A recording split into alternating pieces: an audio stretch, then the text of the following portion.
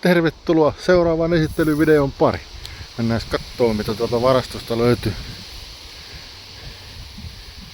Sähkövalmetti on tuolla katoksen alla, mutta ei tehdä siitä. Siitä on tehty jo rakennusvideo. Otetaan tuolta.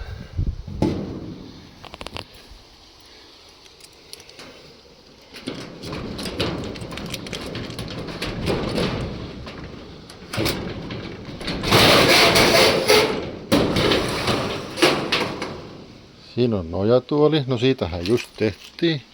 Toinen nojatuoli, siitäkin tehdään vielä video. Mutta olisiko tynnyri mopo? Eli ajettava tynnyri. Katsotaan. Otetaan se sieltä ulos ja katsotaan kun se lähtee käyntiin ja sekin on niin pölyinen, että saadaan se putsata ja tehdään siihenkin pikku huoltoa samalla kun kurkataan mitä tuolla on sisällä. Katsotaan tosta.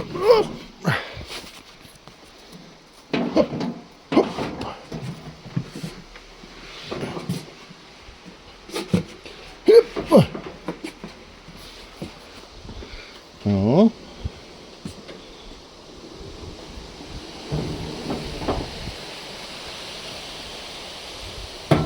No.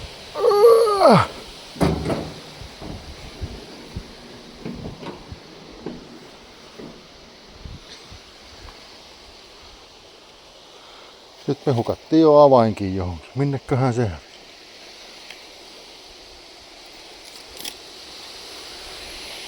Häh. Mikä ihmeeseen se nyt? Ja kun löytyi, se oli mennyt toiseen taskuun. Noniin.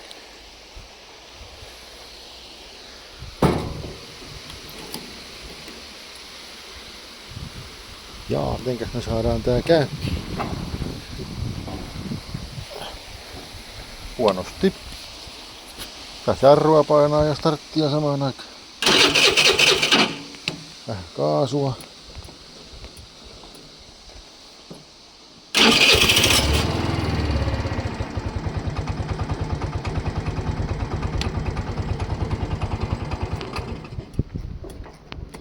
Sehän lähtee hyvin.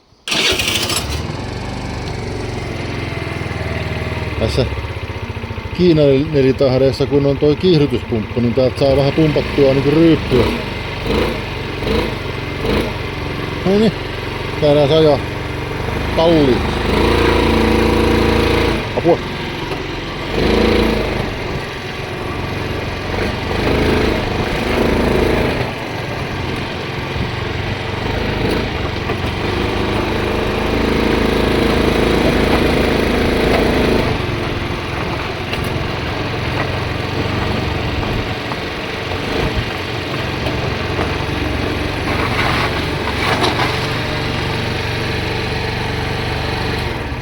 No.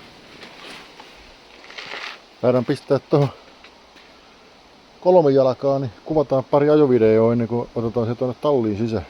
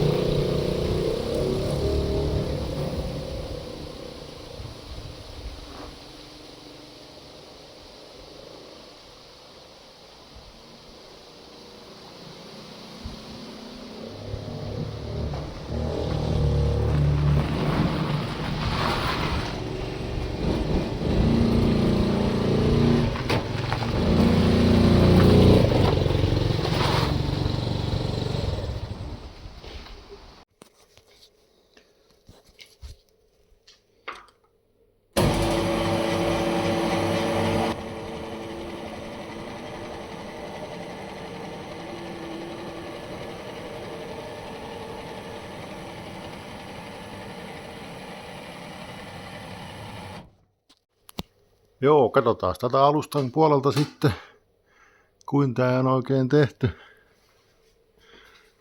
Siellä on tosiaan mönkijän jousitettu etupää. Jostain joskus semmonen 110 kuutioinen. Sitten täällä on ihan tynnyristä vaan leikattu palat pois ja sitten täältä liitetty. Täältä on näköjään kaikki ruuvikki pudonnut matkalle. Täytyy näköjään vähän entrata sieltäkin. Ja sitten on pikkusen näkyy mönkijän runkoa tossa ja sitten se vaihtuukin moposkootterin peräpääksi. Ja putki on tuotu tosta ihan renkaan vierestä. Mä meinasin ensin tuoda sen tuolta täyttökorkista, mutta se ei järkevästi sinne mahtunut tulemaan. Se on ollut tossa ja hyvin on toiminut. Keulintapyörät on lisätty sitten jälkikäteen, kun tää on niin lyhyt akseliväli ja suhteellisen leveä, niin sillä ei niinku suoraan päässyt keula pystyssä, kun joko se heitti ympäri tai sitten se rupesi kallistelemaan tuonne sivulle päin ja sitä ei saanut oikein pidettyä. Toki minä en mitään osaa edes keulia, mutta tuo skootterissa on sen verran vähän tehoa, ettei sitä niinku kaasulla saanut pidettyä. Ja niin kuin tuossa huomasin, että alkaa olemaan aika laiskanpuoleinen vekotin, että täytyisi melkein vaihtaa sinne uusi sylinterisarja. En ehkä tässä remontissa nyt rupea tekemään sitä, mutta mulla olisi tuolla 6-5 sylinterisarja valmiina. Mutta katsotaan, jos se joskus siihen sitten asentelee, tehdään siitä sitten oma video. Niin ei mitään, mä rupean tuosta ottaa noita ruuveja auki, niin saadaan vähän tynnyrin puolikkaita irti toisistaan, niin nähdään millainen se on tuolla sisällä.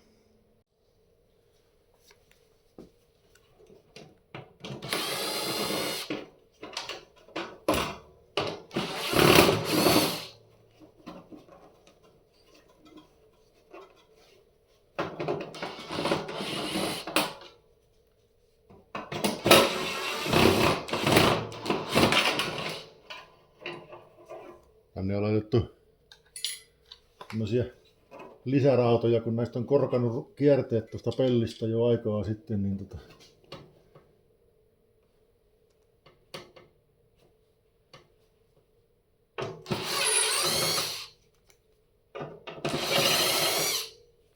tuollakin.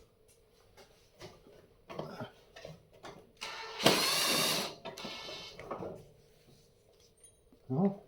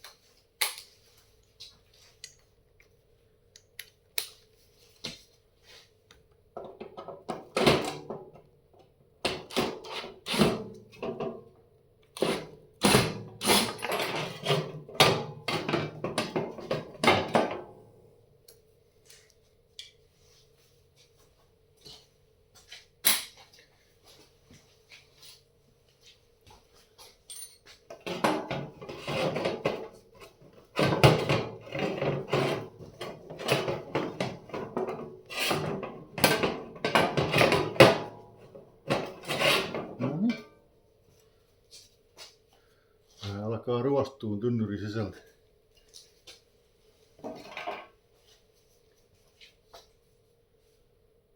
Sitten toinen puoli.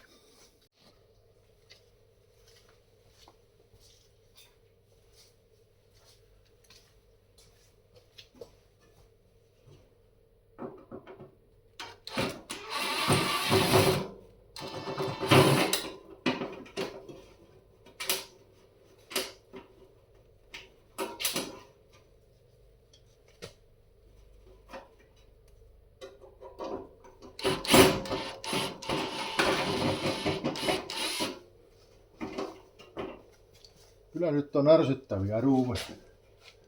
Kääntyy ollaan vino.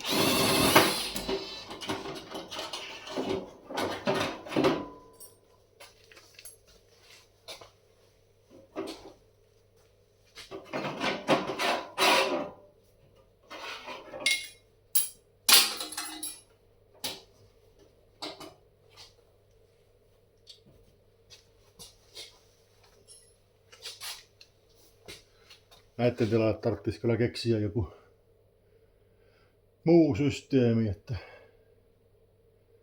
en tiedä laittaisiko noihin sitten noita niittimuttereita tonne taakse. Tai näihin osiin niin kuin niittimutterit ja vetäisi ihan koneruuveilla. Täytyisi vaan löytää tosi matalakantaisia tämmösiä ruuveja, ettei revi jalkojaan niihin. No, täytyy miettiä, mitä niihin keksii. Joo, otetaan vähän tynnyriä alaspäin ja katsotaan, miten tuo yläpuoli tosta lähtee.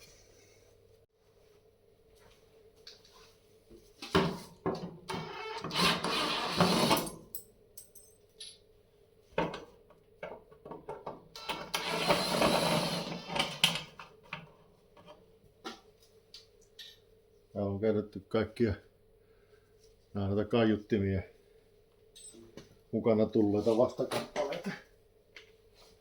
Kun auton oviin ruuvataan kajareita. Noikin toimii hyvin, mutta kun ei ne pysy paikallaan tuolla.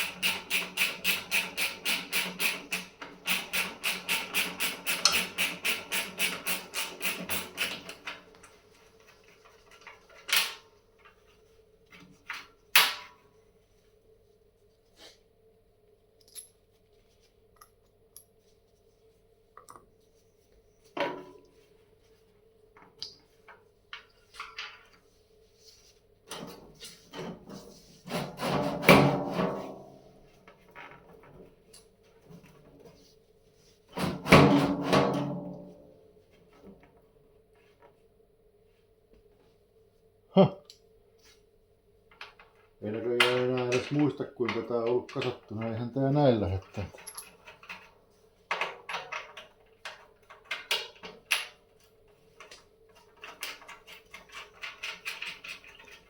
Sehän on toi valo on vielä tuolla saman raudan alla, niin pistetään sitä nyt takaisin kiinni.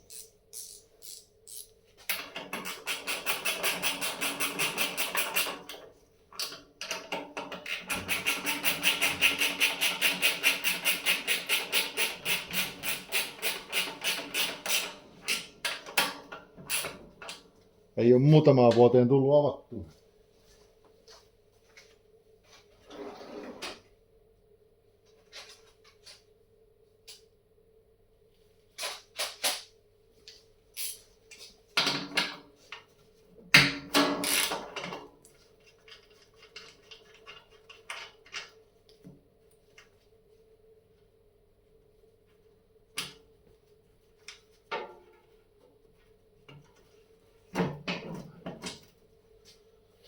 Tämähän on ollutkin fiksumpi kuin on kuvitellut. Onkin vain yhden muttarin takana tosta.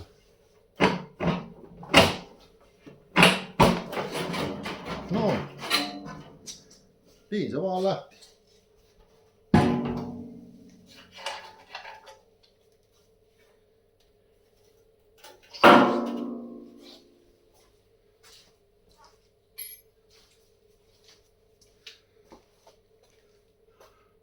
Vähän on sen näköinen, että melkein voisi vaikka tuossa pihalla huuhtaista tuon lian pois. Se on kyllä aika törkysen näköinen. Ei tuo nyt pahan näköiseksi ole tuo tynnyri mennyt. Arttu Stenbergin nimmari alkaa olemaan vähän kulunut tosta. Pitäisiköhän siihen täytyy varovasti putsata se ja laittaa siihen vaikka kontaktimuovi päälle. Taikka sit tarvitsisi Arttui nähdä jossain, niin saisi laittaa uuden nimmarin siihen. No. Joo, otetaan tuo takaosa sitten heti perään pois, niin tutkitaan sitten tarkemmin mitä tuolla sisällä. Joku laittanut kiinni.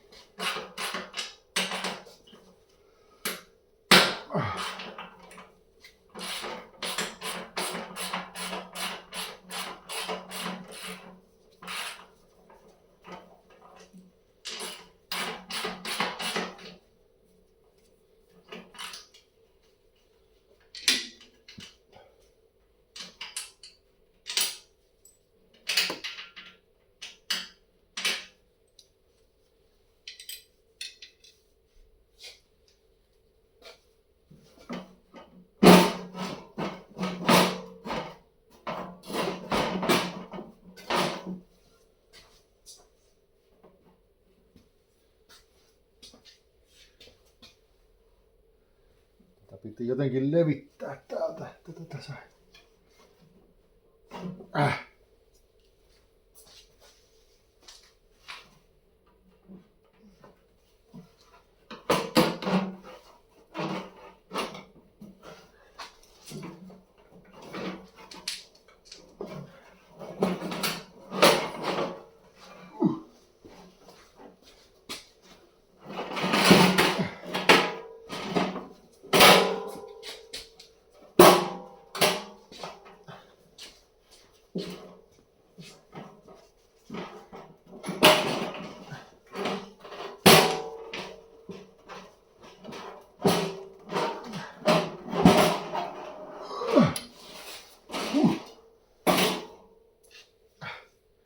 Justiin tuli mieleen, että en ole varmaan kertaakaan avannut tota kokonaan sen jälkeen kun mä lisäsin noin apupyörät. Nuo apupyörät meinaa hankaloitti aika paljon tota irrottamista ja se on jäykistänyt ton perän. Kun siinä on nyt alun perin ollut toi alaosa ton verran kapeampi kuin toi rengas, niin tätä pitäisi levittää aina renkaan verran. En tiedä, pitäisikö sen verran muuttaa, että leikkaisi ton ton tosta koko matkalta auki ja laittaa sinne sitten ihan leveämmän pellinpalan sitten vaan tonne ruuvella kiinni. Se voisi olla yksi hyvä systeemi. Näin on ihan näppärä. Renkaat ottaa maahan, niin sitä voi liikutella. Kätevä. Ja joo. Ja nyt päästään sitten vähän tutkimaan, että mitä täällä on. Täällähän on ihan Baotian merkkinen moottori. 50-kuutioinen, 4-tahti. Ja sitten on pikkumönkiästä on tuo tankki ja tosiaan tuo keula. Sitten on 12 voltin akku, tommonen vähän isompi. Jaksaa paremmin startata ja ei siinä mitään ihmeellistä sen puoleen. No, pakoputki on lyhennetty tollain hyvinkin yksinkertaisesti vaan tohon noin. Ja ilman putsari on näköjään aivan tukkonen. Voi olla, että johtuu tostakin. Tostakin ihan, että se ei jaksa oikein mennä. Se on mennyt aika tukossa. Sitten on tommonen tavarakaukalo tuolla. Siihen pääsi tästä niin kuin yläkautta. Täällä on mulla aina jotain rättiä ja siellä on itse asiassa toi. Taitaa olla nojatuolin ilman putsari täällä kyydissä. Sitten mulla on tommonen pultti siellä. Mä oon tehnyt tänne tämmösen apuvirta akun latausta varten tämmösen, kun akku on tuolla takana piilossa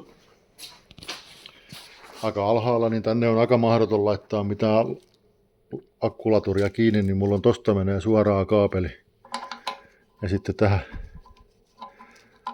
päähän pitäisi saada ruuvattua. En tiedä miksei halunnut mennä. Katsotaan. Täältä päin. Ai se on tuolla vähän sivussa.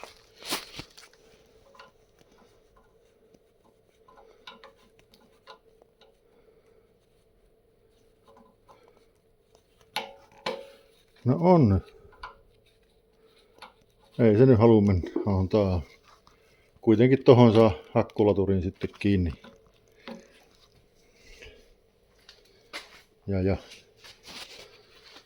Täällä ei ole mitään polttoainehanoja, että tänne tulee ihan suodattimen kautta polttoaine. Tuolla on starttirele ja CDI ja sulake on tossa niin kuin johdon päässä, että sen pystyy tosta ja tosta mä oon sitä joskus ladannutkin, mutta se on vähän hankala. Ja eihän tässä sinänsä mitään ihmeellistä. Töötti löytyy ja siellä on ihan skootterin oma tuo johtosarja. Virtalukko on siinä ja tosiaan jarrua pitää painaa, että se suostuu starttaamaan. Ja nämä on ihan mönkiä paitsi, että tai siis skootterin ohjaus. Ei kun siis mönkiästä tietysti ohjaustanko. Skootterin takajarru, vaijerivetonen. Ja sitten eteen on tämmönen, tää on aika jäykkä, mutta kyllä nekin toimii ja vähän jarruttaa, että se on aika raskas käyttää. Takajarru on hyvä. Tämmöstä kaikkea tätä löytyy. Aika tälleen yksinkertaisesti tohon tulee tosiaan se etupää ja sitten tohon yhdellä pultilla se yläosa. Ja se ei oikeastaan muualta ole kiittoi tynnyri kuin noin 3 ja sitten nämä 2. Se ei oikeastaan mistään muualta ole kiittossa niin kuin rungossa, että sitten se on vaan ruuvattu keskenään yhteen. Ja aika hyvin se on toiminut ja kestänyt, että näähän muistaakseni vähän nojaa nämä reunat sinne tynnyriin, että se ei pääse kauheasti painumaan. Mutta sellainen. Mä taidan kyllä ottaa tänne ihan suosiolla tonne ulos. Ulos ja pestä sen, mutta voisin oikeastaan tähän kohtaan nyt laittaa mulla on rakentelusta on jonkun verran kuvia. Sitten mulla on pari ajovideoa, missä mä ajan pelkkää tätä koria tai runkoa ilman noita tynnyreitä. Siinä ei varmaan ole silloin tätä istuin tai tätä korokettakaan. Se on ihan ensimmäisiä testivideoita ja sitten muutama video heti silloin kun se on valmistunut. Niin kattelekaa te niitä sillä välin, niin mä käyn pesemässä ton auton tosiaan tynnyrimopon. Niin katsotaan.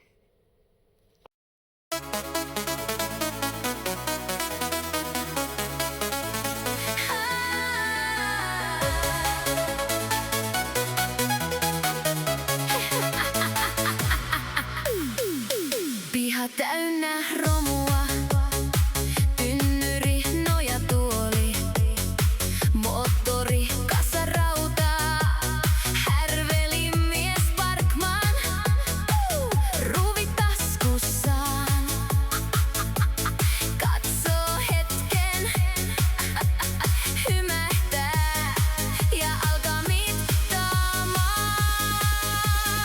Härvelimies Parkman.